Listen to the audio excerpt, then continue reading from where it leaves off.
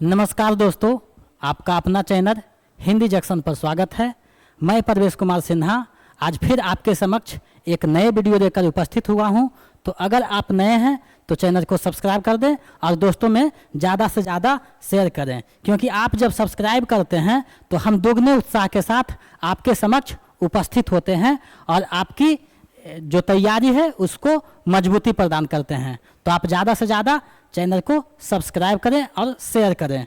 दोस्तों, आज का जो टॉपिक है वो बीपीएससी यानी बीपीएससी का जो एग्ज़ाम होने वाला है शिक्षक भर्ती, तो उसी से रिलेटेड टीजीटी पीजीटी यानी 6 से लेकर 12th तक जो हिंदी की तैयारी कर रहे हैं उसी के लिए बनाया गया है। इसमें हम अभ्यास सेट करेंगे। ये अभ्यास सेट का पहला वीडियो है। इसमें हम बीपीएससी के अनुसार जो टीजीटी पीजीटी के 80 प्रश्न पूछे जाते हैं उसी का हम लोग अभ्यास करेंगे इसमें। तो इसमें उसी का अभ्यास कराया जाएगा। तो आप इसको ज़्यादा से ज़्यादा दोस्तों में शेयर करें और अपनी तैयारी को मजबूती प्रदान करें। तो बिना देर करते हुए चलिए हम लोग बढ़ते हैं आज के टॉपिक की ओर। दोस्तों, देख रहे हैं यहाँ अभ्यास सेट 1 लिखा हुआ है, यानी अभ्यास सेट जो हम लोग का है ये पहला है। जो है हर एक संडे को आपको एक अभ्यास सेट कराया जाएगा। अगर आप मेरे टेलीग्राम चैनल पे जुड़ना चाहते हैं तो आप लोग वीडियो के डिस्क्रिप्शन में लिंक दिया हुआ है, वहाँ से जुड़ सकते हैं और इसका पीडीएफ वहाँ भेज दिया जाएगा। आप लोग उसको जो है डाउनलोड कर अपनी तैयारी को मजबूती प्रदान कर सकते हैं। अब चलिए हम लोग आज के प्रश्नों को तरफ बढ़ते हैं। ये बीपीएससी के अनुसार जो पिछली बार एग्जाम हुआ था उसी के अनुसार ये जो वीडियो है वो बनाया गया है। तो आप लोग इसको अच्छे से देखिए और तैयारी को मजबूती प्रदान कीजिए। पहला प्रश्न है, यदि प्रबंध काव्य एक विस्तृत वनास्थली है तो मुक्तक एक चुना हुआ गुलदस्ता है, यह कथन किस आलोचक का है? यदि प्रबंध काव्य एक विस्तृत वनास्थली है तो मुक्तक एक चुना हुआ गुलदस्ता है, यह कथन किस आलोचक का है? आपके पास विकल्प दिया हुआ है, इसका जो है आपको सही आंसर बताना है। बीपीएससी के अनुसार यहाँ जो है 5 विकल्प आपको दिया गया है, तो आपको सही विकल्प बताना है कि इसका सही आंसर क्या होगा। तो इसका जो है सही आंसर विकल्प का हो जाएगा। रामचंद्र शुक्ल जो है ये कथन के आलोचक जो है विचारक हैं, उन्हीं ने ये जो है कथन कहा है। चलिए हम लोग नेक्स्ट प्रश्न को देखते हैं। दूसरा प्रश्न है, आधुनिक काल को गद्यकार की संज्ञा किसने दी है? आधुनिक काल को गद्यकार की संज्ञा किसने दी है? आपके पास 5 विकल्प दिया गया है, सही विकल्प आपको ढूंढनी है। आप लोग इसका सही जवाब दे पाइए, क्योंकि ये पढ़ाया गया है आपको, आप लोग इसका सही जवाब दे पाइएगा। तो इसका जो सही आंसर है विकल्प ग हो जाएगा। रामचंद्र शुक्ल जो है आधुनिक काल को गद्यकार की संज्ञा देते हैं। चलिए नेक्स्ट प्रश्न को देखते हैं। तीसरा प्रश्न है, 150 बनाए आय में रथ सभा के बीच रोग कविता की वो खेल करी जानो है, यह पंक्ति किसकी है? ये रीतिकार की पंक्ति है, आपको बतानी है ये पंक्ति किसकी है। विकल्प आपके सामने यहाँ 5 विकल्प दिया हुआ है, सही विकल्प आपको ढूंढनी है। तो इसका जो सही आंसर है विकल्प ख हो जाएगा। ठाकुर जो हैं इस पंक्ति के प्रस्तोता हैं, उन्हीं ने ये पंक्ति को कहा है। चलिए नेक्स्ट प्रश्न देखते हैं। चौथा प्रश्न है, आदिकालीन साहित्य के वीर रस की रचनाओं में प्रायः किस भाषा का प्रयोग किया जाता है? आदिकालीन साहित्य के वीर रस की रचनाओं में प्रायः किस भाषा का प्रयोग किया जाता है, आपको बतानी है। विकल्प आपके सामने है, 5 विकल्प जो है बनाया गया है बीपीएससी के अनुसार, वो 5 विकल्प आपके सामने हैं, तो सही विकल्प आपको ढूंढनी है। तो इसका जो सही आंसर है विकल्प ग हो जाएगा। डिंगर भाषा का प्रयोग हुआ है, क्योंकि डिंगर भाषा जो है विरात्मक होता है, यानी वीर रस की जो है डिंगर भाषा में प्रधानता होती है। तो इसका सही आंसर विकल्प ग हो जाएगा। चलिए नेक्स्ट प्रश्न देखते हैं। 5वां प्रश्न है, पुरुष परीक्षा किस कवि की रचना है? पुरुष परीक्षा किस कवि की रचना है, आपको बतानी है। ये जो है आपको पढ़ाया गया है, इसका आप लोग सही जवाब दीजिए। विकल्प आपके जो है 5 बनाए गए हैं। बीपीएससी जो प्रश्न फंसाता है विकल्पों में, उलझा देता है, उसी को यहाँ बताया गया है। तो आप लोग जो है सही विकल्प का चयन करें। तो इसका सही आंसर विकल्प अंगा हो जाएगा। इन उपयुक्त में से कोई नहीं, क्योंकि इसके जो है प्रस्तोता यानी पुरुष परीक्षा जो है विद्यापति की रचना है।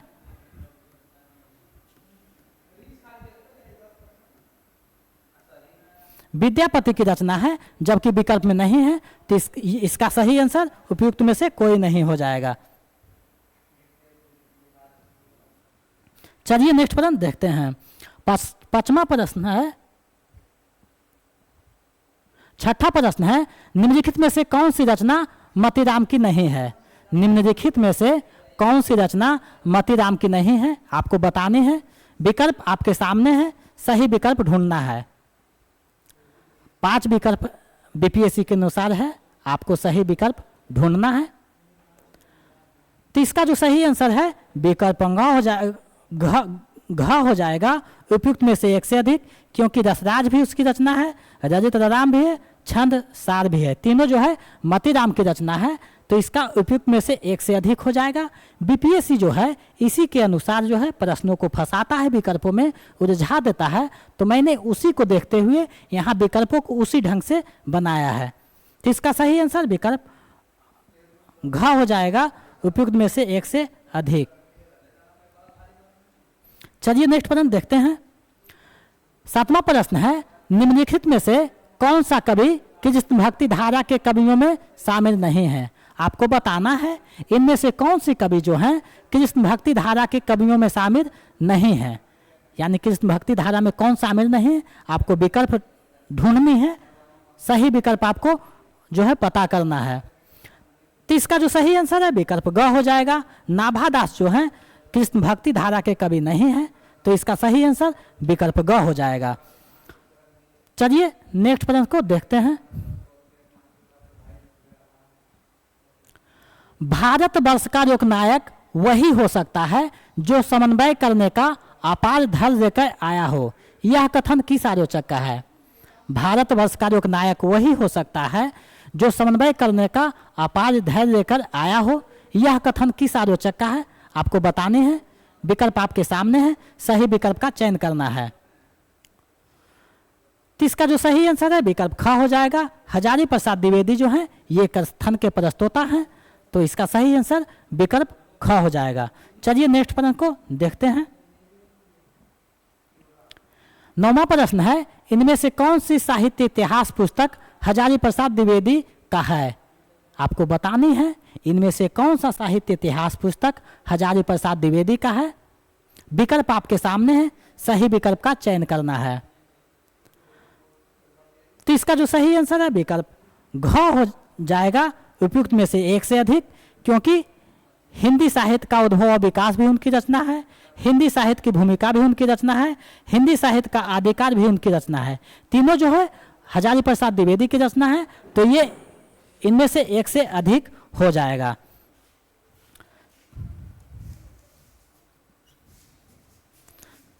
चलिए नेक्स्ट प्रश्न देखते हैं। 10वां प्रश्न है, हिंदी नवरत्न का प्रकाशन कब हुआ? हिंदी नवरत्न का प्रकाशन कब हुआ, आपको बतानी है। ये 10वां प्रश्न है। विकल्प आपके सामने है, सही विकल्प ढूंढनी है। तो इसका जो सही आंसर है विकल्प ग हो जाएगा। 1910 ईस्वी में हिंदी नवरत्न का प्रकाशन हुआ था, जिसके रचनाकार थे मिश्र बंधुओं।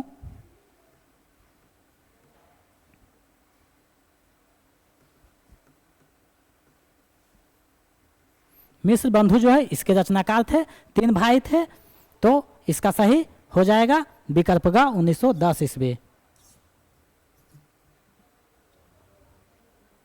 चलिए नेक्स्ट प्रश्न देखते हैं।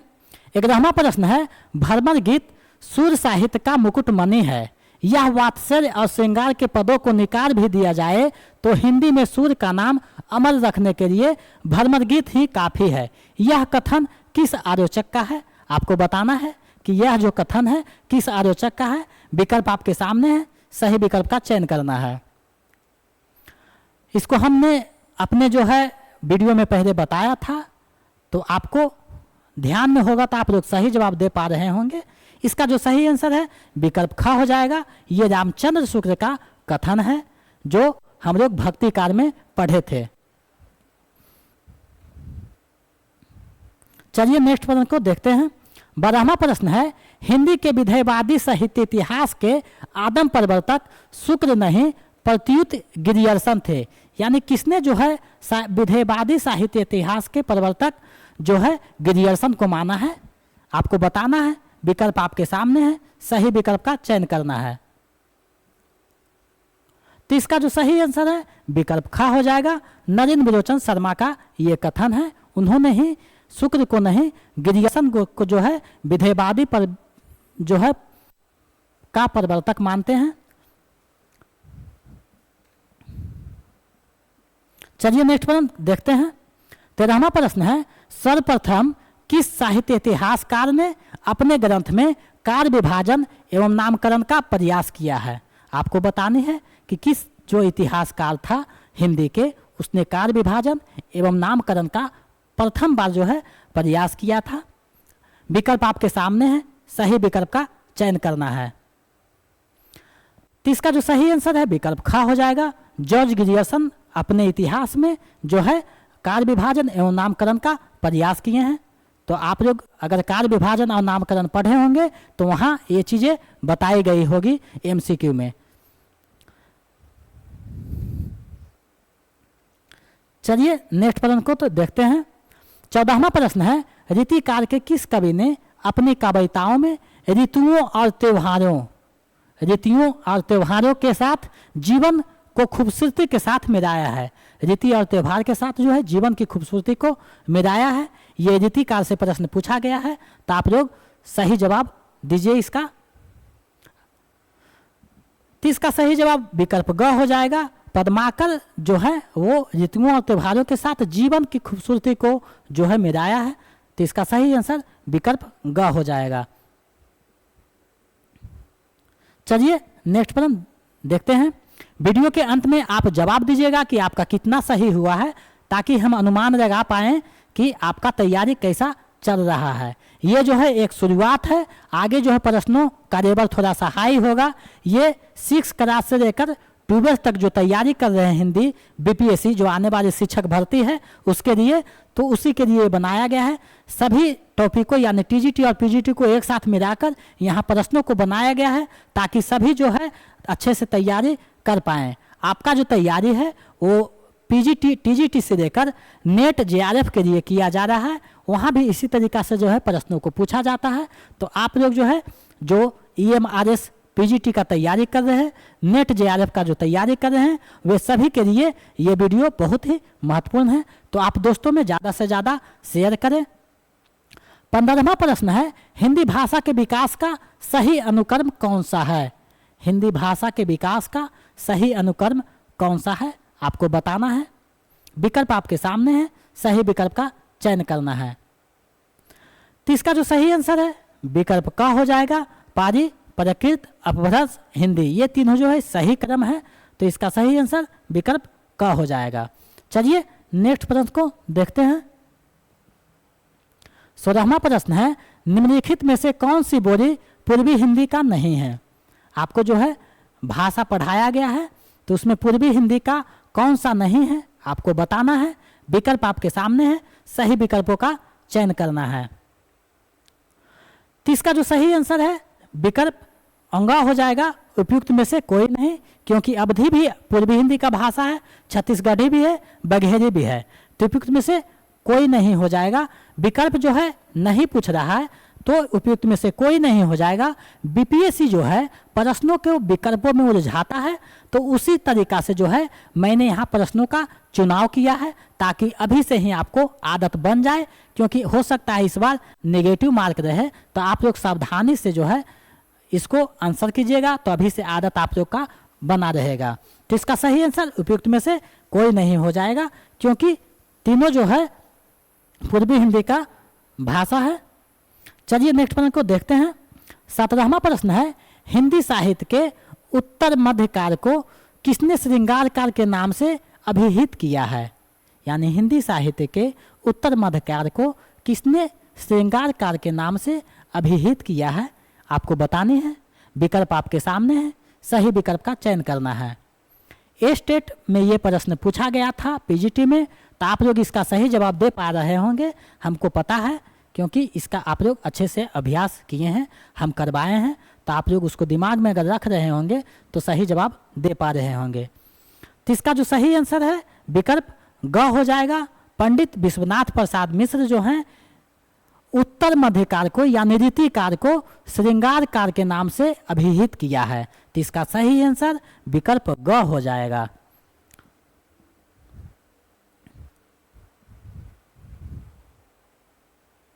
चलिए नेक्स्ट प्रश्न को देखते हैं। आप लोग जो है वीडियो को ज़्यादा से ज़्यादा शेयर कीजिए ताकि हमें मोटिवेशन मिलता रहे, हम ऐसे ही आपके समक्ष वीडियो लेकर उपस्थित होता रहें। 18वां प्रश्न है, हिंदी का प्रथम समाचार पत्र का संपादन किसने शुरू किया था? हिंदी का प्रथम समाचार पत्र का संपादन किसने शुरू किया था? आपको बतानी है। विकल्प आपके सामने है, सही विकल्प का चयन करना है। आप लोग सभी जान रहे होंगे इसका जवाब, क्योंकि हिंदी की तैयारी कर रहे हैं, तो आप लोग सही इसका जवाब दे पा रहे होंगे। तो इसका जो सही आंसर विकल्प ख हो जाएगा। पंडित जुगर किशोर शुक्ल जो थे 1826 ईस्वी में जो है उदंत मार्तंड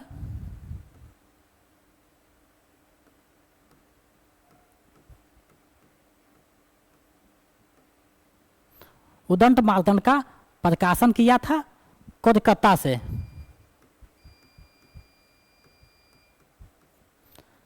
तो आप लोग इसका सही आंसर दे पा रहे होंगे। इसको थोड़ा सा ध्यान में रखना है क्योंकि बराबर पूछा जाता है, तो आप इसका ध्यान में रखिएगा।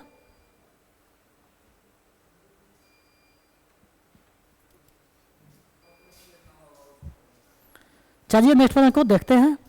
19वां प्रश्न है, संविधान के किस अनुच्छेद में देवनागरी लिपि में लिखित हिंदी को संघ की राजभाषा घोषित किया गया है? संविधान के किस अनुच्छेद में देवनागरी लिपि में लिखित हिंदी को संघ की राजभाषा घोषित किया गया है? आपको बतानी है। विकल्प आपके सामने है, सही विकल्प का चयन करना है। तो इसका सही आंसर उपयुक्त में से कोई नहीं, विकल्प अंग हो जाएगा, क्योंकि जो देवनागरी लिपि का जिक्र है अनुच्छेद 343 में बताया गया है, जो विकल्प में नहीं है। तो इसका सही आंसर उपयुक्त में से कोई नहीं हो जाएगा, विकल्प अंग।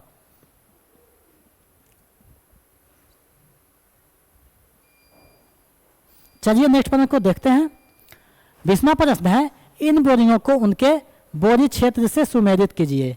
इन बोरियों को उनके बोरी क्षेत्र से सुमेलित कीजिए। आपको जो है इसका जो है सुमेलित करना है।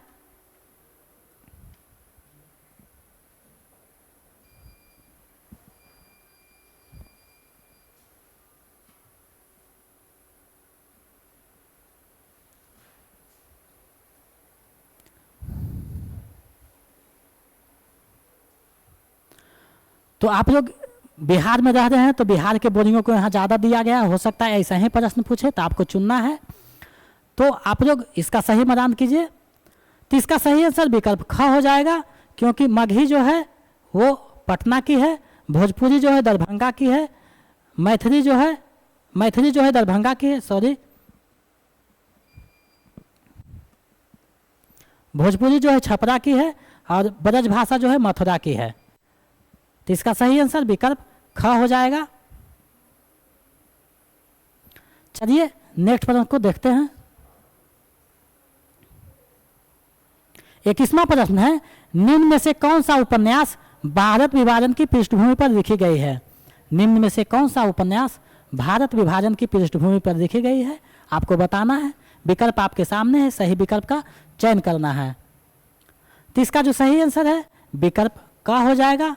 तमस जो है भारत विभाजन की पृष्ठभूमि पर लिखा गया उपन्यास है, जो भीष्म साहनी द्वारा लिखा गया था।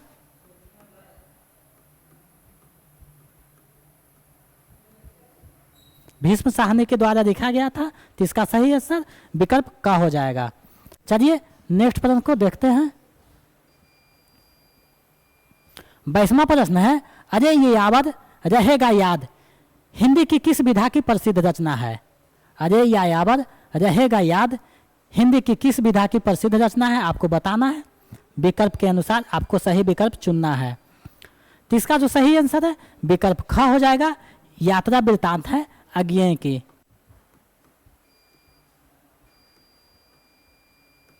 अज्ञेय का यात्रा वृत्तांत है, तो इसका सही आंसर विकल्प ख हो जाएगा। चलिए नेक्स्ट प्रश्न को देखते हैं।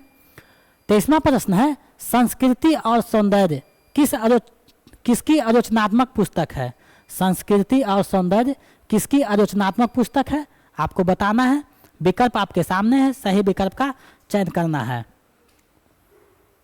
तो इसका सही आंसर विकल्प ग हो जाएगा। ये नामवर सिंह की आलोचनात्मक पुस्तक है जो नेट में पूछा जा चुका है। तो आप लोग जो है इसका सही जवाब दे पा रहे होंगे, क्योंकि मैंने इसको टेलीग्राम चैनल पे भी क्यूज करवाया है।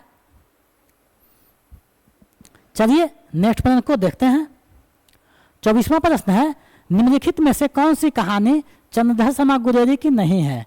निम्नलिखित में से कौन सी कहानी चंद्रधर शर्मा गुरेरी की नहीं है? आपको बतानी है। तो विकल्प के अनुसार आपका सही आंसर विकल्प ख हो जाएगा। दोपहर का भोजन जो है चंद्रधर शर्मा गुरेरी की नहीं है, अमरकांत का है।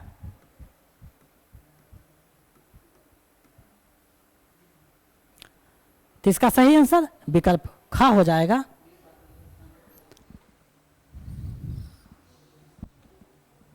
चलिए नेक्स्ट प्रश्न देखते हैं। कामायनी के सर्गों को उनके कर्मानुसार सुमेधित कीजिए।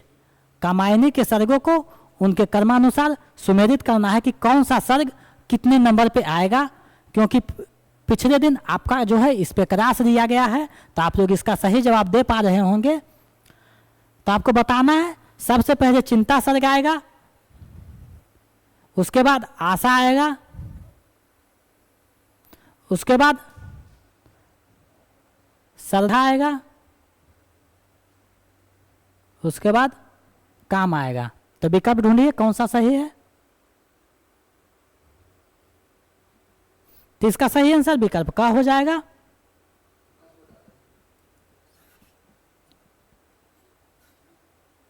चलिए नेक्स्ट प्रश्न देखते हैं। 26वां प्रश्न है, आवारा मसीहा किसके जीवन पर लिखा गया है? यह बहुत ही महत्वपूर्ण प्रश्न है। इसको आप VVI प्रश्न मान सकते हैं, क्योंकि नेट में लगभग हर एक बार ये पूछा जाता है। अगर फर्स्ट शिफ्ट में नहीं तो सेकेंड शिफ्ट में आता है, सेकेंड में नहीं तो फर्स्ट में आता है, लेकिन प्रत्येक साल लगभग पूछा जाता है। तो ये VVI प्रश्न है, इसको आप लोग ध्यान में रखिएगा।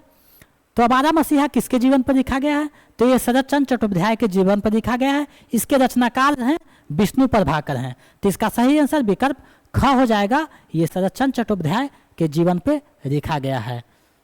चलिए हम लोग नेक्स्ट प्रश्न को देखते हैं। 27वां प्रश्न है, निम्न में से कौन सा नरेश मेहता का उपन्यास नहीं है? निम्न में से कौन सा नरेश मेहता का उपन्यास नहीं है? आपको बतानी है कि इनमें से कौन सा जो उपन्यास है नरेश मेहता का नहीं है। तो इसका सही आंसर विकल्प अंगा हो जाएगा। उपयुक्त में से कोई नहीं, क्योंकि डूबते मस्तूर भी उनकी रचना है, यह पथबंधु था ये भी उसकी रचना है, नदी यशस्वी है ये भी रचना है। तो तीनों उनकी रचना है। और नहीं पूछ रहा है तो विकल्पों में उलझता है, कैसे BPSC उलझाता है, उसको आपको अभी से ही आदत बना देना है। क्योंकि अभी से जब आदत आपका बना रहेगा तो जब एग्जाम में बैठेंगे तो आपकी याद जो है बनी रहने के कारण आप सही कर पाइएगा। तो इसका सही आंसर विकल्प अंगा हो जाएगा। उपयुक्त में से कोई नहीं। चलिए नेक्स्ट प्रश्न को देखते हैं। 28वां प्रश्न है, देहाती दुनिया किसका प्रसिद्ध आंचलिक उपन्यास है? देहाती दुनिया किसका प्रसिद्ध आंचलिक उपन्यास है? आपको बताने हैं। विकल्प आपके सामने है। BPSC के अनुसार जो 5 विकल्प पूछा जाता है उसी के अनुसार आपके जो है विकल्प बनाया गया है। सही विकल्प आपको ढूंढनी है। तो इसका जो सही आंसर है विकल्प क हो जाएगा। ये शिवपूजन सहाय का प्रसिद्ध रचना है जो 1926 में लिखा गया था। शिवपूजन सहाय बिहार के रहने वाले थे, बक्सर जिला के। तो आपको ये ध्यान में रखनी होगी, क्योंकि जो बिहार के रचनाकार हैं उनको ज़्यादा BPSC पूछता है। तो आपको जो है ये चीज़ें ध्यान रखनी होगी। बहुत ही प्रसिद्ध आंचलिक उपन्यास है। चलिए नेक्स्ट प्रश्न को देखते हैं। 29वां प्रश्न है, निम्न में से कौन फणीश्वर नाथ का उपन्यास नहीं है? निम्न में से कौन फणीश्वरनाथ रेणु का उपन्यास नहीं है? आपको जो है विकल्प ढूंढना है कौन सही होगा।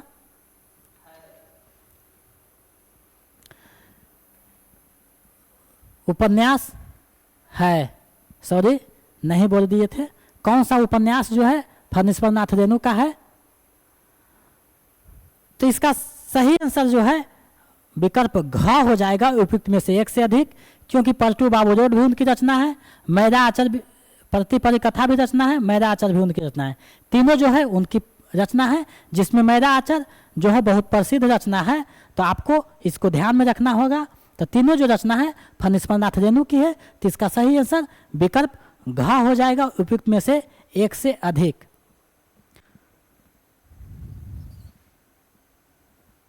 चलिए नेक्स्ट प्रश्न को देखते हैं। 30वां प्रश्न है, स्थूल के प्रति सूक्ष्म का विद्रोह। स्थूल के प्रति सूक्ष्म का विद्रोह, छायावाद के संबंध में यह कथन किस आलोचक का है? ये प्रश्न का आप लोग सही जवाब दे पाइएगा, क्योंकि ये जो प्रश्न है ए स्टेट पीजीटी में पूछा गया था, तो आप लोग इसका अभ्यास कर चुके हैं और मैंने टेलीग्राम चैनल पे इसको जो है क्यूज करवाया है, तो इसका जो है आप लोग सही जवाब दे पा रहे होंगे। इसका सही जवाब जो है विकल्प ग हो जाएगा, डॉक्टर नगेंद्र का। ये बहुत ही प्रसिद्ध कथन है, इसको आपको ध्यान में रखना है। चलिए नेक्स्ट प्रश्न देखते हैं। 31वां प्रश्न है, आदिकालीन ग्रंथों को ग्रंथकारों के साथ सुमेलित कीजिए। आदिकालीन ग्रंथों को ग्रंथकारों के साथ सुमेलित कीजिए। तो आप जो है आदिकाल में पढ़ाया गया था आपको, तो इसका जो सही आंसर है विकल्प ग हो जाएगा। खुमान रासो का जो है खा में हो जाएगा जगनिक। पृथ्वीराज रासो चंद्रदाई का है। नरपतिनाथ जो है विसरदेव रासो का है। तो इसका सही आंसर विकल्प ग हो जाएगा। आप लोग जो है अभ्यास करते रहें नोट्स का, और वीडियो जो है यूट्यूब पर देखते रहें, ताकि आपकी तैयारी मजबूत हो सके, और वीडियो को ज़्यादा से ज़्यादा शेयर करें। 32वां प्रश्न है, रोबहू सब मेरी आबहू भारत भाई, हा भारत दुर्दशा ना देखी जाए। उपयुक्त पंक्तियां किसकी है? ये बहुत ही प्रसिद्ध पंक्ति है, आपको जो है बताना है कि किसकी पंक्ति है। तो ये पंक्ति जो है आपको जो है सही जवाब ढूंढना है किसकी है। तो इसका सही आंसर विकल्प ग हो जाएगा, उपयुक्त में से कोई नहीं, क्योंकि इसकी ये जो है जिसकी रचना है वो विकल्प में नहीं है, ये भारतेंदु की रचना है।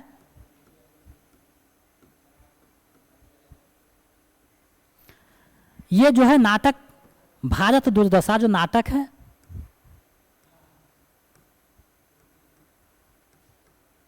उससे दिया गया है। तो ये बहुत ही प्रसिद्ध पंक्ति है, आपको ध्यान में रखना है।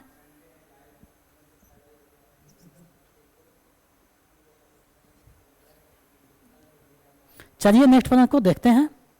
33वां प्रश्न है, अपने यहाँ संसद तेर की वह घानी है जिसमें आधा तेर है आधा पानी है। उपयुक्त पंक्ति किसकी है? बहुत ही प्रसिद्ध पंक्ति है, आपको बताना है। अपने यहाँ संसद तेर की वह घानी है जिसमें आधा तेर है आधा पानी है। ये जो है प्रगतिवाद की तरह जो है आक्रामक कविता है, तो किसकी ये कविता है आपको बतानी है। तो ये जो कविता है विकल्प खा यानी धूमिर की रचना है। धूमिर की प्रसिद्ध रचना जो संसद से सड़क तक पुस्तक है, उसकी ये पंक्ति है, उस पुस्तक की संग्रह है काव्य, तो उसी का ये पंक्ति है। चलिए नेक्स्ट प्रश्न देखते हैं। 34वां प्रश्न है, संप्रदायों को उनके पर्वतों के साथ सुमेलित कीजिए। संप्रदायों को उनके पर्वतों के साथ आपको सुमेलित करना है कि कौन से संप्रदाय के प्रवर्तक कौन हैं, आपको जो है इसको सुमेलित करना है। तो इसका सही आंसर विकल्प ख हो जाएगा, क्योंकि क का जो है निम्बार्काचार्य हो जाएगा। हरिदासी संप्रदाय के जो है हरिदास हो जाएगा। राधा भरमी का हित हरिवंश हो जाएगा। चैतन्य महाप्रभु गौड़ीय संप्रदाय। तो इसका सही आंसर विकल्प ख है। तो आप लोग जो है संप्रदाय को और उसके जो प्रवर्तक हैं उसको एक दो बार जो है देख लीजिएगा, एक दो बार, तो आपका जो है ये दिमाग में बैठ जाएगा। पढ़ाया जा चुका है भक्ति काल में, तो आप लोग इसका जो है अच्छे से अभ्यास करते रहिए, वीडियो देखिएगा तो आपको समझ में आ जाएगा। एक दो बार जो है वीडियो आपको देख लेनी है। चलिए नेक्स्ट प्रश्न को देखना है। 35वां प्रश्न है, जिस प्रकार आत्मा की मुक्त अवस्था ज्ञान दशा कहलाती है, उसी प्रकार हृदय की यह मुक्ता अवस्था रस दशा कहलाती है। रामचंद्र शुक्ल का यह विचार चिंतामणि के किस निबंध में वर्णित है? आपको बताना है कि ये जो पंक्ति है वो रामचंद्र शुक्ल का किस निबंध में वर्णित किया गया है, आपको बतानी है। तो इसका जो सही आंसर विकल्प का हो जाएगा। कविता क्या है में ये जो है पंक्ति या विचार दिया गया है। तो आप लोग जब चिंतामणि का हम लोग पढ़ाई करेंगे तो उसमें ये चीज़ें आपको बताई जाएगी। तो आपको चिंता करने की कोई बात नहीं है। आप लोग सिर्फ मेरा चैनल पे बने रहें, आपको नोट्स और प्रैक्टिस सेट सभी कराया जाएगा। इस पर हम लोग प्रैक्टिस सेट ज़्यादा करेंगे क्योंकि बीपीएससी बहुत हाई लेवल का एग्जाम होने जा रहा है। क्योंकि ए स्टेट में लगभग 88% से 92% रिजल्ट हुआ है, तो कंपटीशन हाई है। जो जितना ज़्यादा बुद्धिमान होगा उतना ही अच्छा रिजल्ट करेगा। हम लोगों को विद्वान बनने की आवश्यकता नहीं है, क्योंकि विद्वान बनने से क्वेश्चन नहीं सोल्व होंगे, बुद्धिमानता से हमको प्रश्नों को हल करना है। तो आप लोग जो है जो चीज़ें हम बताते हैं उसको अच्छे से एक दो बार रिवाइज कर लीजिए। और पीडीएफ जो है 2-4 दिन के बाद आपको एक साथ उपलब्ध करा दी जाएगी। उसके लिए आपको जो रजिस्ट्रेशन का प्रक्रिया है उसको फुलफिल करना होगा, जिसके लिए आपको वीडियो में बताया जाएगा। तो आप लोग जो है अच्छे से तैयारी करें और मेरे चैनल पे वीडियो एक दो बार देखते रहें ताकि आपकी तैयारी मजबूती हो सके। चलिए नेक्स्ट प्रश्न को देखते हैं। 36वां प्रश्न है, छायावाद के रचनाकारों को उनके जन्म वर्ष के अनुसार जो है अनुक्रम में सजाना है। यानी छायावाद के जो 4 स्तंभ हैं उनको जन्म के अनुसार सजाना है कि पहले किनका जन्म हुआ, उसके बाद किनका हुआ, उसके बाद किनका हुआ।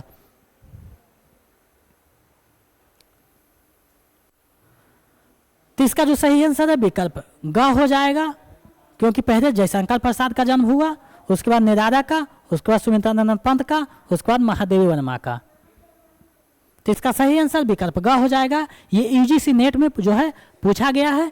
इस तरीका से जो है बीपीएससी में भी पिछले बार एग्जाम में पूछा गया था। तो आप जो है बीपीएससी के अनुसार आपको जो है तैयारी कराया जाएगा और तैयारी कराया जा रहा है। तो सारे जो नोट्स हैं उसको पढ़ते रहिए, वीडियो देखते रहिए और जो है अपनी तैयारी को मजबूती प्रदान करते रहिए। 6 से लेकर 12 तक जो तैयारी कर रहे हैं हिंदी विषय का, उसका ये प्रैक्टिस सेट, अभ्यास सेट कराया जा रहा है। ये अभ्यास सेट का पहला वीडियो है। हम लोग हर एक संडे को एक अभ्यास करेंगे अभी, और उसके बाद अभ्यास सेट हम बढ़ाएंगे। चलिए नेक्स्ट प्रश्न देखते हैं। 37वां प्रश्न है, कबीर को बानी का डिक्टेटर किसने कहा है? कबीरदास को बानी का डिक्टेटर किसने कहा है, आपको बताना है। इन्हें जो है बानी का डिक्टेटर किसने कहा है? विकल्प आपका सही चुनना है। ये जो है आपको पढ़ाया गया है पहले, तो आप लोग नोट्स में एक दो बार वीडियो देखे होंगे तो ध्यान में आ गया होगा कि इसका सही आंसर क्या होगा। तो इसका सही आंसर विकल्प अंगा होगा, उपयुक्त में से कोई नहीं, क्योंकि ये जो है हजारी प्रसाद द्विवेदी की रचना जो है कहते हैं। हजारी प्रसाद जो है बानी का डिक्टेटर कबीरदास को कहते हैं। जो रामचंद्र शुक्ल हैं वो उनकी बानी को सधुकरी कहते हैं।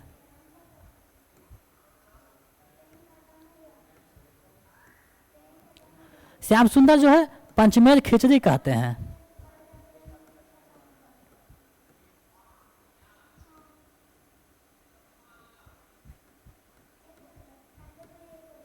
तो ये आपको ध्यान में रखना होगा कि कौन किसको क्या कहा है।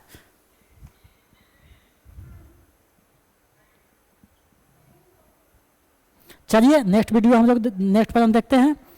38वां प्रश्न है, महात्मा गांधी की जीवनी आकार पुरुष गांधी के लेखक हैं। आपको बताना है आकार पुरुष जो गांधी हैं उनके जो रचनाकार कौन है। ये महात्मा गांधी के जो है जीवनी है। तो इसका जो सही आंसर है विकल्प का हो जाएगा। ये जनेन कुमार की रचना है। तो आप लोग इसका सही जवाब दे पा रहे होंगे।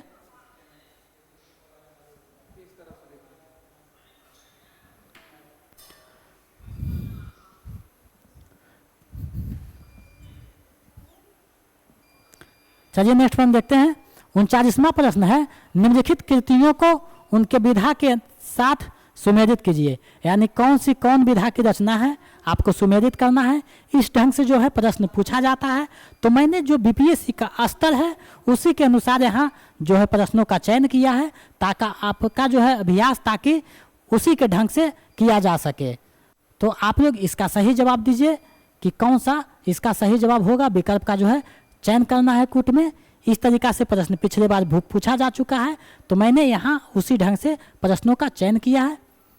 तो आपको देखना है आधे अधूरे जो है नाटक है, आपका बंटी उपन्यास है, कविता क्या है निबंध है, ठाकुर का कुआं कहानी है। तो ये किस में है आपको देखना है। क 3 हो जाएगा, तो क 3 यहाँ है, तो ये सही हो जाएगा। विकल्प ख सही हो जाएगा। तो आपका जो है तैयारी उसी ढंग से किया जाएगा। ये चीज़ें जो है हम लोग धीरे धीरे जो है टॉपिक बाय टॉपिक पढ़ते जाएंगे और अपनी तैयारी को मजबूती प्रदान करते जाएंगे। चलिए नेक्स्ट प्रश्न को देखते हैं। 40वां प्रश्न है, राजभाषा आयोग की स्थापना कब की गई। राजभाषा आयोग की स्थापना कब की गई आपको बतानी है कि राजभाषा आयोग का स्थापना कब किया गया। तो इसका जो सही आंसर है विकल्प ख हो जाएगा। 1955 ईस्वी में राजभाषा आयोग की स्थापना की गई थी।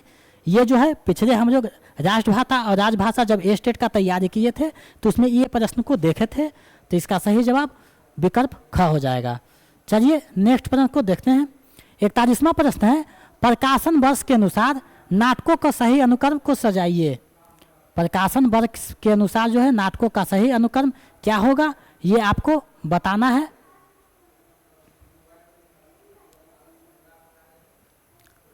ये जो है जयशंकर प्रसाद की नाटक है। ये तीनों जो है चारों जयशंकर प्रसाद का नाटक है। तो आपका जो है सही क्रम प्रकाशन के अनुसार सजाना है। तो इसका सही आंसर विकल्प क हो जाएगा, क्योंकि पहले जो है अजातशत्रु का रचना हुआ, उसके बाद जो है स्कंदगुप्त का हुआ, उसके बाद जो है चंद्रगुप्त का हुआ, उसके बाद जो है ध्रुव स्वामी का हुआ। तो ये चीज़ों आपको जो है पढ़ाया जाएगा आगे जो है क्लास में। तो आप लोग चिंता ना करें, आपको जो चीज़ें यहाँ नहीं पढ़ाया गया है, प्रश्न जो कठिन लग रहा है उसको हम लोग वीडियो में देखेंगे। तो आपको चिंता करने की बात नहीं है। आप लोग का कितना जो सही होगा अंत में आपको कमेंट करके बताना है, ताकि मैं देख सकूं कि आपका तैयारी किस लेवल पे हो सका है।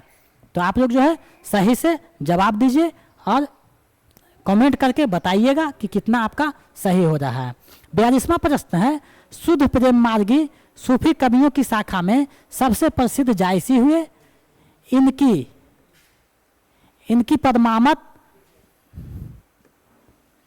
पद्मावत हिंदी काव्य में एक अद्भुत रत्न है। यहाँ टाइपिंग मिस्टेक हुआ है थोड़ा सा, रत्न है।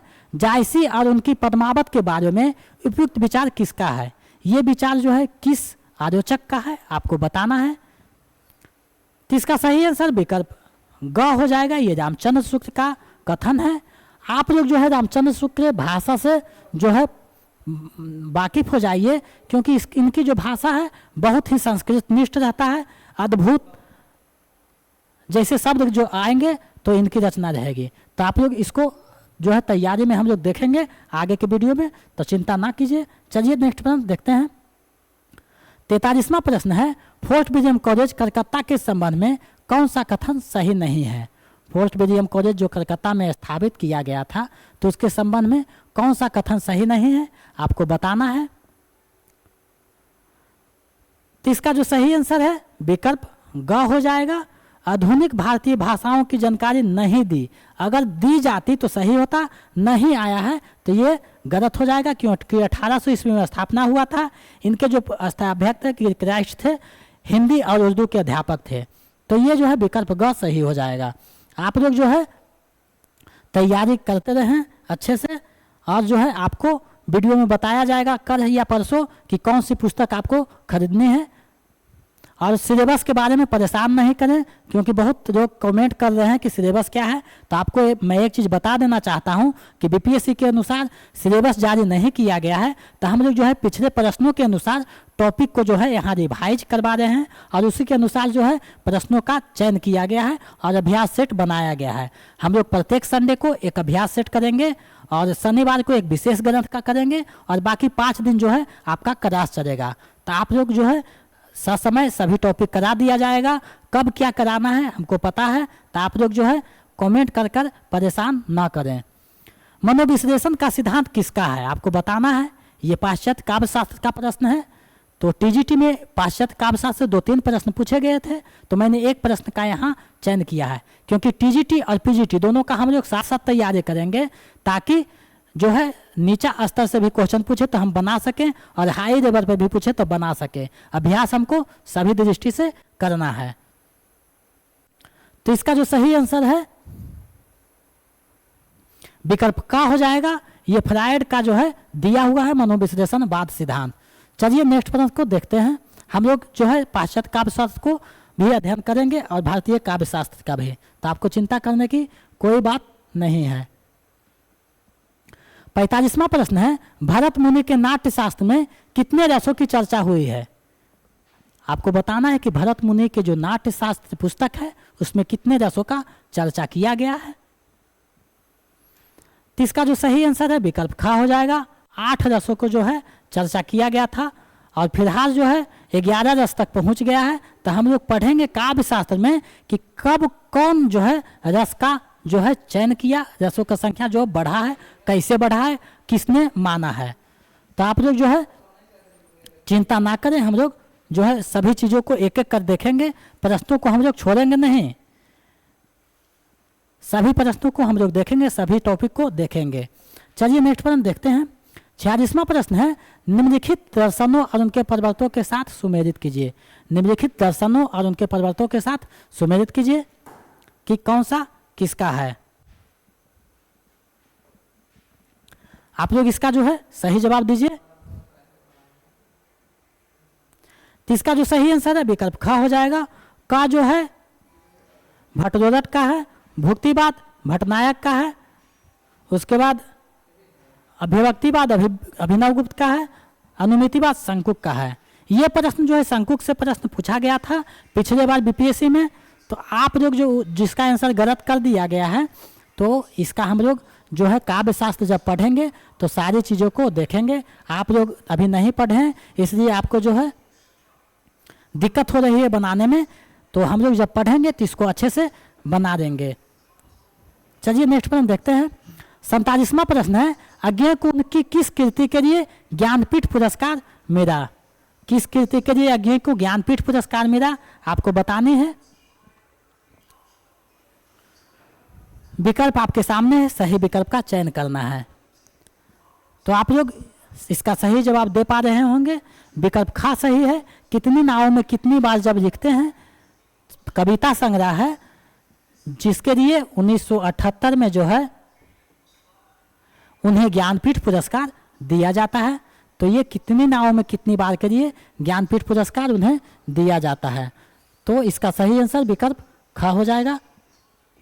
चलिए नेक्स्ट प्रश्न को देखते हैं।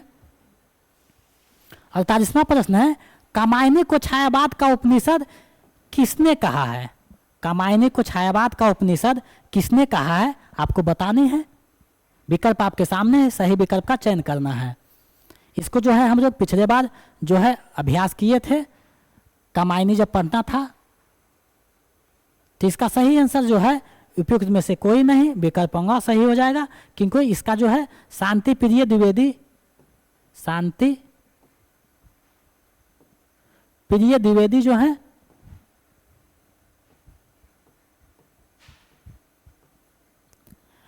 कामायनी को छायावाद का उपनिषद कहते हैं। तो इसका सही आंसर विकल्प अंगा हो जाएगा, उपयुक्त में से कोई नहीं। आप जो है वीडियो को ज़्यादा से ज़्यादा शेयर करें और चैनल को सब्सक्राइब करें, ताकि आने वाला जो है नोटिफिकेशन आपको मिलता रहे वीडियो का। चलिए नेक्स्ट प्रश्न को हम लोग देखते हैं। महादेवी वर्मा की रचनाओं का अनुक्रम क्या है, यानी प्रकाशन दृष्टि से आपको बताना है कि कौन सी रचना पहले प्रकाशित हुई थी। विकल्प आपके सामने है, सही विकल्प का चयन करना है। तो इसका जो सही आंसर है विकल्प ग हो जाएगा। निहार, निर्जा, सान्निहित, दीपशिखा, ये जो है कर्मवाई इनकी प्रकाशन की दृष्टि से सजाया हुआ है। तो इसका सही आंसर विकल्प ग हो जाएगा। जब हम लोग महादेवी वर्मा के बारे में पढ़ेंगे तो उसमें इसको बताया जाएगा कि कब किसका प्रकाशन हुआ था। यामा के लिए इन्हें जो है ज्ञानपीठ पुरस्कार जो है मिलता है, जो स्टेट में पूछा गया था 1982 ईस्वी में। तो ये चीज़ें सारी जो है हम लोग जब इनके लिए बारे में पढ़ेंगे तो हम वहाँ देखेंगे। चलिए नेक्स्ट प्रश्न को देखते हैं। 50वां प्रश्न है, बिहार के मैथिली भाषा को संविधान के 8वीं अनुसूची में कब शामिल किया गया? बिहार के मैथिली भाषा जो है उसको 8वीं अनुसूची में कब शामिल किया गया, आपको बतानी है। ये प्रश्न जो है पिछले बार हम लोग स्टेट में भी पढ़े थे, तो आप लोग इसका सही जवाब दे पा रहे होंगे, हमको पता है। इसका सही आंसर जो है विकल्प ग हो जाएगा। 2003 में जो है इसका मैथिली भाषा को जो है संविधान के 8वीं अनुसूची में शामिल किया गया था। तो हम लोग जो है इसको पढ़ें, फिर पढ़ेंगे दोबारा। तो चलिए नेक्स्ट प्रश्न को देखते हैं। 51वां प्रश्न है, हिंदी साहित्य में मानसरवाद का प्रवर्तक किसे माना जाता है? हिंदी साहित्य में मानसरवाद का प्रवर्तक किसे माना जाता है, आपको बताना है। तो इसका जो सही आंसर है विकल्प क हो जाएगा। रामेश्वर शुक्ल अंचल को मानसरवाद का प्रवर्तक माना जाता है, हरिवंश राय बच्चन को हार्यवाद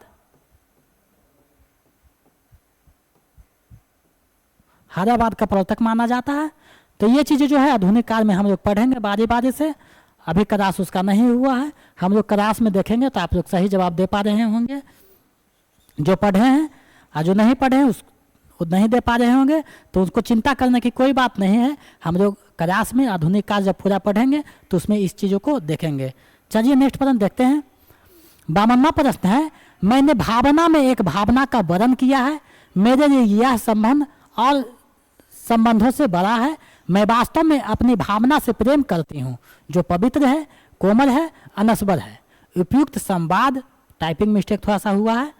उपयुक्त संवाद आषाढ़ का एक दिन में किसका है, आपको बताना है कि आषाढ़ का एक दिन में ये संवाद जो है किसका है, ये कथन जो है किसका है। प्रश्नों को जो है फंसाया जाता है, तो आपको रचना नहीं, संवाद कहे या फिर कथन कहे, विचार कहे। तो विचार जो है लेखक का हो जाएगा और कथन और संवाद जो है पात्र का हो जाएगा। तो ये चीज़ों को आपको समझ लेना है। इसको हम लोग वीडियो में देखेंगे, एक अलग से वीडियो बनाया जाएगा इसके लिए, तो आपको चिंता करने की कोई बात नहीं है। चलिए नेक्स्ट प्रश्न देखते हैं। 53वां प्रश्न है, अधिकार सुख कितना मादक और सारहीन है, अपने को नियामक और कर्ता समझने की बर्बती अस्पृहा उसे बेगार कराती है। उपयुक्त कथन किस नाटक से दी गई है? यह जो कथन है किस नाटक से दिया गया है, आपको बतानी है। तो इसका सही आंसर विकल्प ग हो जाएगा। स्कंदगुप्त नाटक से दिया गया है, जिसके रचनाकार जयशंकर प्रसाद हैं।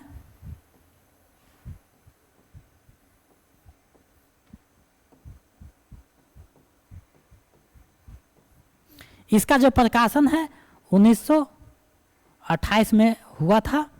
तो ये चीज़ें आपको जो है बताया जाएगा जब हम लोग पढ़ेंगे, तो इतना ध्यान में रखना है इतना चीज़। आगे जो है हम लोग बढ़ते हैं। 54वां प्रश्न है, औरत को भावना भगवान सब कुछ दे, रूप ना दे, नहीं वह काबू में नहीं रहती। यानी औरत को भगवान सब कुछ दे, रूप ना दे, नहीं तो वह काबू में, नहीं तो यहाँ छोटा है थोड़ा सा, नहीं तो वह काबू में नहीं रहती। ये कथन जो है किस उपन्यास में वर्णित है, आपको बतानी है कि ये कथन किस उपन्यास में वर्णित है। तो इसका सही आंसर विकल्प ख हो जाएगा। ये जो है गोदाम में किया गया, जो बांस काटने वाला होता है,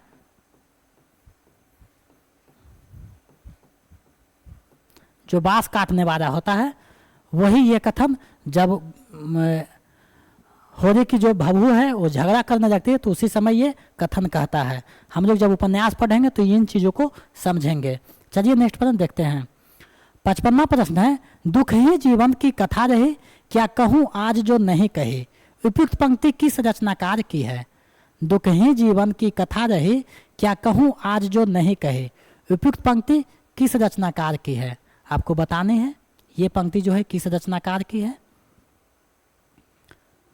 छायावाद की जो है प्रसिद्ध पंक्ति है। तो ये जो है इसका सही आंसर विकल्प अंगा हो जाएगा, उपयुक्त में से कोई नहीं, क्योंकि ये जो है निराला की पंक्ति है। सूर्यकांत त्रिपाठी निराला का ये पंक्ति है। ये जो है सरोज स्मृति उनकी पुस्तक है।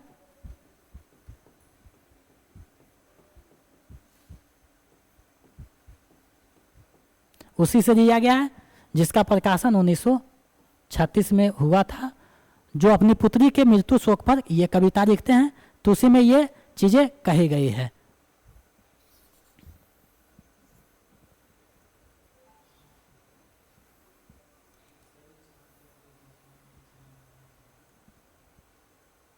चलिए नेक्स्ट प्रश्न देखते हैं। 56वां प्रश्न है, अभिनव जयदेव किस कवि को कहा जाता है? अभिनव जयदेव किस कवि को कहा जाता है? आपको बतानी है कि अभिनव जयदेव किस कवि को कहा जाता है। विकल्प आपके सामने है, सही विकल्प का चयन करना है। तो इसका जो सही आंसर है विकल्प अंगा हो जाएगा, उपयुक्त में से कोई नहीं, क्योंकि अभिनव जयदेव जो है विद्यापति को कहा जाता है।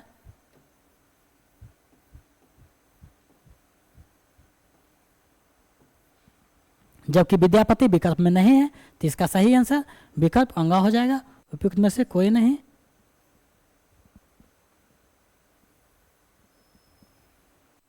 चलिए नेक्स्ट प्रश्न देखते हैं। 57वां प्रश्न है, कौन प्रगतिवाद के कवि हैं? नहीं और हैं पे आपको ज़्यादा ध्यान देना है, क्योंकि प्रश्न गलती होने का ज़्यादा चांस यहाँ से होता है। तो आप लोग प्रश्नों को 1-2 बार ज़रूर पढ़िएगा, ताकि आप प्रश्नों को आराम से समझ सकें, आसानी से समझ सकें, क्योंकि जब प्रश्न आप समझिएगा तभी आप सही जवाब दे पाइएगा।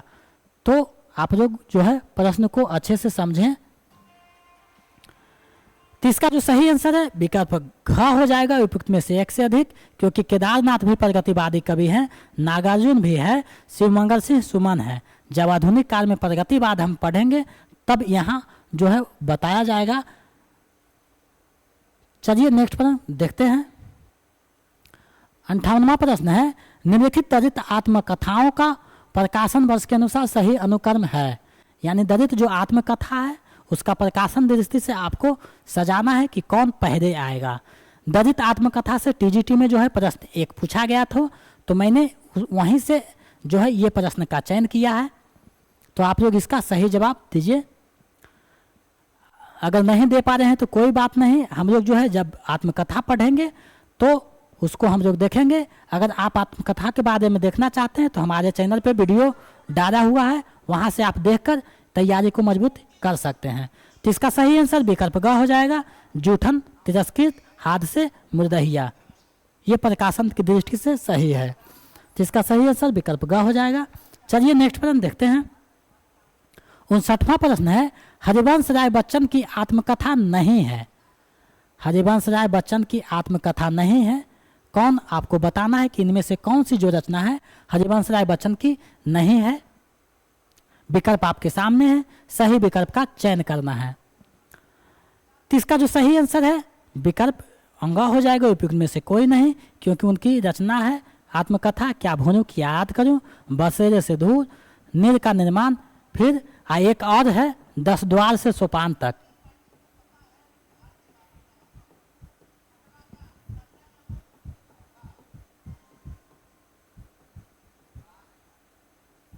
तो ये चीज़ें जब हम लोग आत्मकथा पढ़ेंगे तो ये चीज़ें आपको बताई जाएगी। चलिए नेक्स्ट प्रश्न देखते हैं। अब हम लोग जो है अंतिम अवस्था में पहुंच रहे हैं। अब 80 प्रश्न का हम लोग अभ्यास करेंगे बीपीएससी के अनुसार। 60वां प्रश्न है, निम्नलिखित में से हजारी प्रसाद द्विवेदी की निबंध संग्रह कौन है। आपको बताना है कि हजारी प्रसाद द्विवेदी का निबंध संग्रह कौन है। विकल्प आपके सामने है, सही विकल्प का चयन करना है। कौन सा है, तो इसका सही आंसर विकल्प घ हो जाएगा, उपयुक्त में से एक से अधिक, क्योंकि विचार प्रवाह भी उनकी रचना है, विचार और वितर्क भी उनकी है, आयोग पर्व भी उनकी है। तीनों निबंध संग्रह हजारी प्रसाद द्विवेदी का है, तो इसका सही आंसर विकल्प घ हो जाएगा, उपयुक्त में से एक से अधिक। चलिए नेक्स्ट प्रश्न को देखते हैं। 61वां प्रश्न है, डॉक्टर वासुदेव नंदन प्रसाद के हिंदी व्याकरण की पुस्तक का क्या नाम है। वासुदेव नंदन प्रसाद के हिंदी व्याकरण का जो पुस्तक है उसका क्या नाम है आपको बतानी है। विकल्प आपके सामने है, सही विकल्प का चयन करना है। व्याकरण में हम इन चीज़ों को पढ़ेंगे, आपको चिंता करने की नहीं बात है। आपके लिए हम जो है यहाँ चिंता कर रहे हैं, आपके लिए मेहनत कर रहे हैं, तो आप लोग प्लीज़ चैनल को सब्सक्राइब करें और बेल आइकन को दबा दें ताकि मेरे आने वाले वीडियो का नोटिफिकेशन आपको मिलता रहे और जो है वीडियो को आप लोग ससमय देख पाएँ और तैयारी को मजबूती कर पाएँ। और दोस्तों में ज़्यादा से ज़्यादा शेयर करें ताकि हमें एक मोटिवेशन मिलता रहे। मेरे चैनल पे अगर नए हैं तो चैनल को सब्सक्राइब कर दें और टेलीग्राम पे नहीं जुड़े हैं तो वीडियो के डिस्क्रिप्शन में जो है टेलीग्राम का लिंक दिया हुआ है, वहाँ से आप जुड़कर जो है कुछ PDF वहाँ डाला जा चुका है तो आपको प्राप्त कर तैयारी को मजबूती प्रदान कर सकते हैं। तो इसका जो सही आंसर है विकल्प ख हो जाएगा। आधुनिक हिंदी व्याकरण और रचना ये वासुदेव नंदन प्रसाद का है, बहुत ही प्रसिद्ध है जो विश्व भर में इसे पढ़ा जाता है। आपको पता होना चाहिए वासुदेव नंदन प्रसाद जो है मगध विश्वविद्यालय के हिंदी विभागाध्यक्ष रह चुके हैं। तो ये बहुत गौरव की बात है कि ये बिहार के निवासी हैं और बिहार के व्यक्ति अगर व्याकरण लिखता है और विश्व प्रसिद्ध हो जाता है तो ये गौरव की बात है। तो इसका सही आंसर विकल्प ख हो जाएगा। चलिए हम लोग नेक्स्ट प्रश्न को देखते हैं। 61वां प्रश्न है, किसे हिंदी व्याकरण का पाणिनि की उपाधि से विभूषित किया गया है? किसे हिंदी व्याकरण का पाणिनि की उपाधि से विभूषित किया गया है आपको बताना है। विकल्प आपके सामने है, सही विकल्प का चयन करना है। तो इसका सही आंसर विकल्प क हो जाएगा। कामता प्रसाद गुरु को हिंदी व्याकरण का पाणिनि कहा जाता है। तो इसको आप ध्यान में रखिएगा, व्याकरण वाले सेक्शन में हम लोग इसको पढ़ेंगे। चलिए नेक्स्ट प्रश्न देखते हैं। 63वां प्रश्न है, रंबोदर में किस समास की योजना है? रंबोदर में किस समास की योजना है आपको बताना है। रंबोदर में कौन सा समास है? विकल्प आपके सामने है, सही विकल्प का चयन करना है। तो इसका सही आंसर विकल्प ख हो जाएगा। इसमें बहुविधि समास है। हम लोग जब समास पढ़ेंगे तो उसमें सारी चीज़ों को देखेंगे, तो आप लोग चिंता ना करें, हम आपके लिए जो है यहाँ बैठे हुए हैं। कृदंत प्रत्यय युक्त शब्द का चयन कीजिए, यानी कृदंत प्रत्यय युक्त जो शब्द है उसका चयन करना है।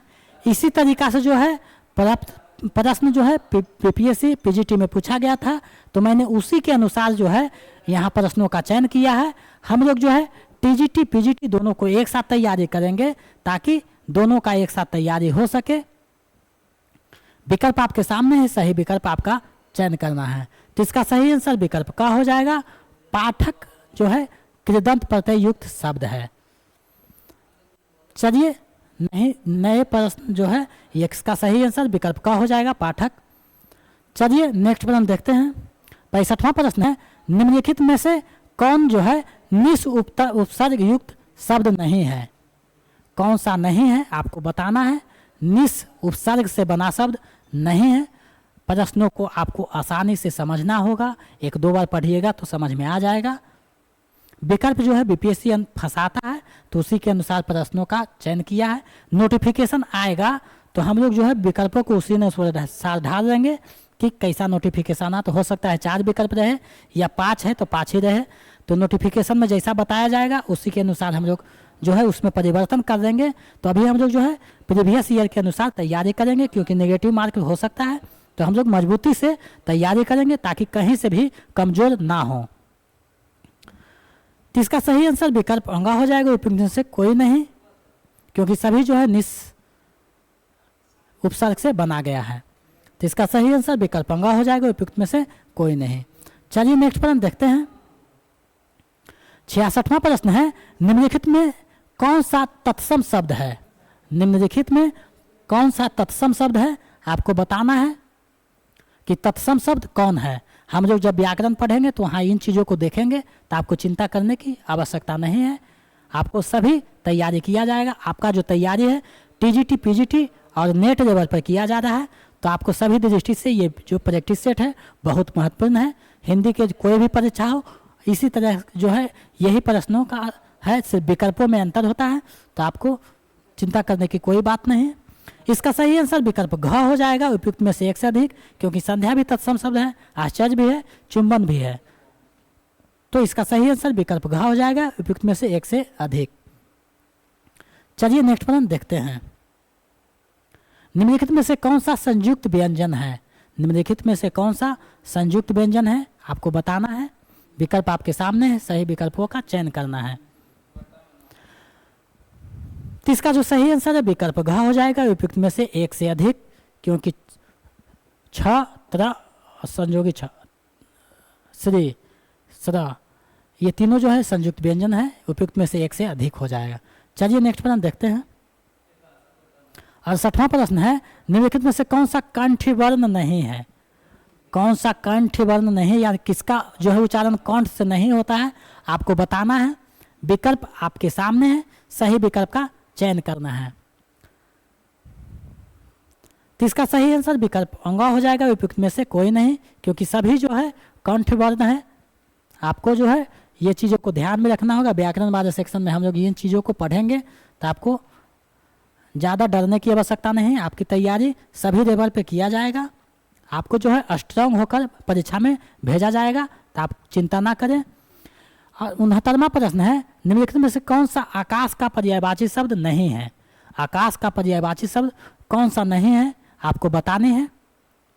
विकल्प आपके सामने है, सही विकल्प का चयन करना है। तो नहीं पूछ रहा है तो व्योम भी है, अंबर भी है, गगन भी है। तो इसका सही आंसर विकल्प जो है अंगा हो जाएगा, उपयुक्त में से कोई नहीं, क्योंकि सभी जो है आकाश का पर्यायवाची शब्द है। तो इसका सही आंसर विकल्प अंगा हो जाएगा। चलिए नेक्स्ट प्रश्न को देखते हैं। 17वां प्रश्न है, शुद्ध वर्तनी है। शुद्ध वर्तनी कौन है आपको बताना है। विकल्प आपके सामने है, सही विकल्प का चयन करना है। तो इसका जो सही आंसर है विकल्प घ हो जाएगा, उपयुक्त में से एक से अधिक, क्योंकि आंख भी शुद्ध है, क्षत्रिय भी है, दुख भी है, तीनों जो है शुद्ध वर्तनी है, शुद्ध शब्द है। तो इसका सही आंसर उपयुक्त में से एक से अधिक हो जाएगा, विकल्प घ। चलिए नेक्स्ट प्रश्न को देखते हैं। 71वां प्रश्न है, डूबते को तिनका का सहारा रोकोक्ति का अर्थ है। थोड़ा सा टाइपिंग मिस्टेक हुआ, इसको पीडीएफ में सुधार दिया जाएगा, आपको सुधार कर दिया जाएगा। डूबते को तिनका का सहारा रोकोक्ति का सही अर्थ क्या है। विकल्प आपको पढ़ना है, सही विकल्प का चयन करना है। तो इसका जो सही आंसर है विकल्प ख हो जाएगा, विपत्ति में पड़े लोगों को थोड़ा सहारा काफी होता है, विकल्प ख सही हो जाएगा। चलिए नेक्स्ट प्रश्न को देखते हैं। 72वां प्रश्न है, वागीश का संधि विच्छेद क्या होता है। वागीश का संधि विच्छेद क्या होता है आपको बताना है। विकल्प आपके सामने है, सही विकल्प का चयन करना है। व्याकरण वाले सेक्शन में ये सब चीज़ों को हम लोग देखेंगे, सभी चीज़ों को पढ़ेंगे, आप लोग चिंता ना करें। तो इसका सही आंसर विकल्प ख हो जाएगा, वाक जो इस वागीश का संधि विच्छेद है। तो इसका सही आंसर विकल्प ख हो जाएगा। चलिए नेक्स्ट प्रश्न देखते हैं। 73वां प्रश्न है, सूर्योदय में कौन सा संधि है। सूर्योदय में कौन सा संधि है आपको बताना है। विकल्प आपके सामने है, सही विकल्प का चयन करना है। तो इसका जो सही आंसर है विकल्प का हो जाएगा। सूर्योदय में जो है गुण संधि होता है, स्वर संधि के जो 5 रूप हैं उसमें गुण संधि जो है सूर्योदय में है। चलिए नेक्स्ट प्रश्न को देखते हैं। 74वां प्रश्न है, अशुद्ध वाक्य है। अशुद्ध वाक्य है कौन सा है आपको चुनना है। विकल्प के अनुसार आपका सही जो है विकल्प चुनना है। तो इसका जो सही आंसर है विकल्प ख हो जाएगा। मैं प्रातः काल के समय घूमने जाता हूँ, ये जो है अशुद्ध वाक्य है, क्योंकि मैं प्रातः काल घूमने जाता हूँ ये रहता तो सही हो जाता। के समय नहीं होगा, क्योंकि प्रातः काल एक खुद में एक समय है, तो यहाँ समय नहीं आएगा। तो इसका सही आंसर विकल्प ख हो जाएगा। चलिए नेक्स्ट प्रश्न देखते हैं। 75वां प्रश्न है, निम्नलिखित में से कौन सा अनाथ का विलोम शब्द है। अनाथ का विलोम शब्द कौन सा है आपको बताना है। विकल्प आपके सामने है, सही विकल्प का चयन करना है। तो इसका जो सही आंसर है विकल्प का हो जाएगा। सनाथ जो है अनाथ का विलोम शब्द है, तो विकल्प का सही हो जाएगा। चलिए नेक्स्ट प्रश्न को देखते हैं। 76वां प्रश्न है, किस वाक्य में प्रेरणार्थक क्रिया का प्रयोग हुआ है, यानी किसमें प्रेरणा दिया गया है। प्रश्नों को आपको 1-2 बार पढ़िएगा तो समझ में आने लगेगा। तो आप जब एग्जाम में बैठें तो प्रश्न को 1-2 बार जरूर पढ़ें, क्योंकि प्रश्न जब अच्छे से समझ जाइएगा तो आप लोग जवाब अच्छे से दे पाइएगा। तो निश्चित होकर प्रश्न पढ़ें, समय आपके पास बहुत होता है, जल्दी जल्दी में कोई काम ना करें। तो इसका जो सही आंसर है विकल्प क हो जाएगा, पिता पुत्र से पत्र लिखवाता है। ये जो है प्रेरणा दिया गया है। चलिए नेक्स्ट प्रश्न देखते हैं।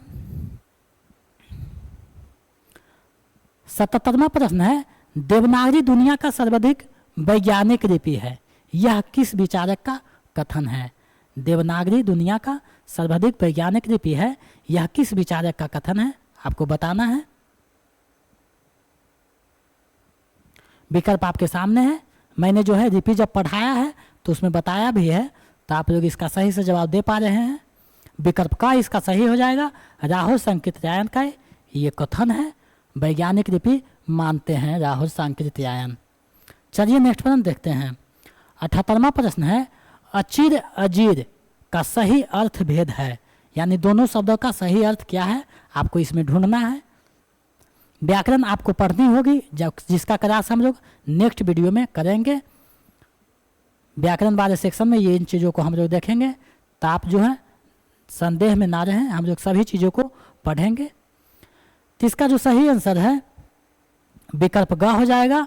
अचिर मतलब नवीन, अजीर मतलब आंगन, विकल्प ग सही हो जाएगा। चलिए नेक्स्ट प्रश्न देखते हैं। 79वां प्रश्न है, गरीब के निमित्त धन इकट्ठा करो में कौन सा कारक है। गरीब के निमित्त धन इकट्ठा करो में कौन सा कारक है आपको बताना है। कर्ता ने कर्म को करण से, ये चीज़ों जो कर्ता का जो संबंध रिलेशन है वो चीज़ों जब पढ़िएगा तो समझ में आएगा। अगर पढ़े हैं तो समझ में आ रहा होगा, और नहीं पढ़े हैं तो हम लोग व्याकरण सेक्शन में पढ़ेंगे उसको। तो इसका जो सही आंसर है विकल्प ख हो जाएगा। संप्रदान कारक है। गरीब के लिए शब्द है लेकिन छूट गया है, यानी कि छुपा दिया गया है। एग्जामिनर जो है प्रश्नों में फंसाता है, तो आपको फंसना नहीं है, चीज़ों को समझना है। तो इसका सही आंसर विकल्प ख हो जाएगा। चलिए नेक्स्ट प्रश्न देखते हैं। इस वीडियो का ये अंतिम प्रश्न है, और भरमर का पर्यायवाची शब्द नहीं है। भरमर का जो है कौन सा पर्यायवाची शब्द नहीं है आपको बताता है। भरमर मात्र होता है भौरा। आपको जो है चीज़ों को समझना होगा, ये व्याकरण सेक्शन का है। तो कौन सा नहीं है आपको इसमें चुनना है। तो इसका सही आंसर विकल्प ख हो जाएगा। आदि जो है भौरा नहीं है। मिलिंद माने भी भौरा होता है, यानी भरमर। मधुकर माने भी भरमर होता है। तो इसका सही आंसर विकल्प ख होगा। तो आज मैंने जो है वीडियो का जो है प्रैक्टिस सेट करवाया है। आपको ये वीडियो कैसा लगा कमेंट सेक्शन में बताइएगा, और आपका कितना सही हुआ है ये भी आपको बतानी है, क्योंकि हमको पता चल सके कि आपका तैयारी किस लेवल पे चल रहा है। तो कमेंट करके अपना स्कोर बताइएगा कि 80 में जो है 80 नंबर का टोटल कराया गया था, उसमें आप कितना नंबर लाए हैं। तो आप कमेंट करके बताइएगा ताकि चीज़ों को समझ सकें।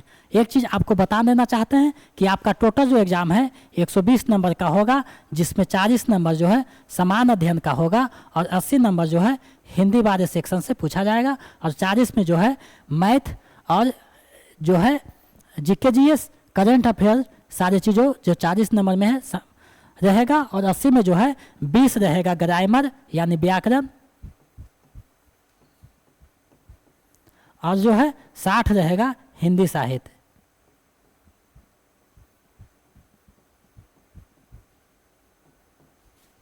तो हम लोगों ने आज जो है 80 नंबर का प्रैक्टिस सेट किया है। हमारे चैनल पे आपका जो है 80 नंबर का तैयारी किया जाएगा। बाकी जो 40 नंबर है आप किसी दूसरे चैनल से अध्ययन कर लें, और 80 नंबर में हम लोग कोशिश करेंगे कि आप लोग का जो है 80 में 80 नंबर आए। एक आध क्वेश्चन अगर जो है बीपीएससी गलत करेगा तो उसमें हम लोग नहीं देख सकते, लेकिन 80 में 80 आपको जाना है। आपको किस ढंग से तैयारी करना है वो आप सोचिएगा। 2 से 3 महीना यानी दिसंबर तक एग्ज़ाम होगा, तो हम लोग के पास समय बहुत कम है, 1-1.5 महीना समय है। तो हम लोग जो है अच्छे से तैयारी करेंगे, समय बहुत कम है। 10-11 तारीख के बाद जो है आपको कराया जाएगा रेगुलर क्लास, 2-3 क्लास हम लोग करेंगे, तो आपको चिंता करने की कोई बात नहीं। इस अभ्यास सेट में आपका कितना सही हुआ है कमेंट करें, और अगर चैनल पे नए हैं तो सब्सक्राइब कर दें, बेल आइकन को दबा दें और दोस्तों में शेयर कर दें। दोस्तों अगर आपके पास कोई समस्या है तो मेरा नंबर है 72 61 81 53 07। इस पे आप लोग अपनी समस्या को व्हाट्सएप कर सकते हैं। कॉल नहीं कीजिएगा क्योंकि कॉल हम नहीं रिसीव कर सकते हैं, क्योंकि सब कॉल करने लगेंगे तो हम परेशान हो जाएंगे। तो आप लोग व्हाट्सएप कीजिएगा, हम आपकी समस्या को समाधान करने का पूरा कोशिश करेंगे। ऐसे ही मेरे चैनल पे आप बने रहें, वीडियो देखते रहें। आगे क्या किया जाएगा जो है कोर्स के लिए, यानी नोट्स जो आपको दिया जाएगा उसके लिए कैसे रजिस्ट्रेशन होगा वीडियो में बताया जाएगा। आपको चिंता करने की बात नहीं, 1-2 दिन में हम लोग उस चीज़ों को कर देंगे। आपको पुस्तक के बारे में हो सकता है कर बता दें कि कौन कौन सी पुस्तक आपको खरीदनी है। तो मेरे चैनल पे बने रहें, ऐसे ही सहयोग करते रहें। बहुत बहुत धन्यवाद, मिलते हैं नेक्स्ट वीडियो में।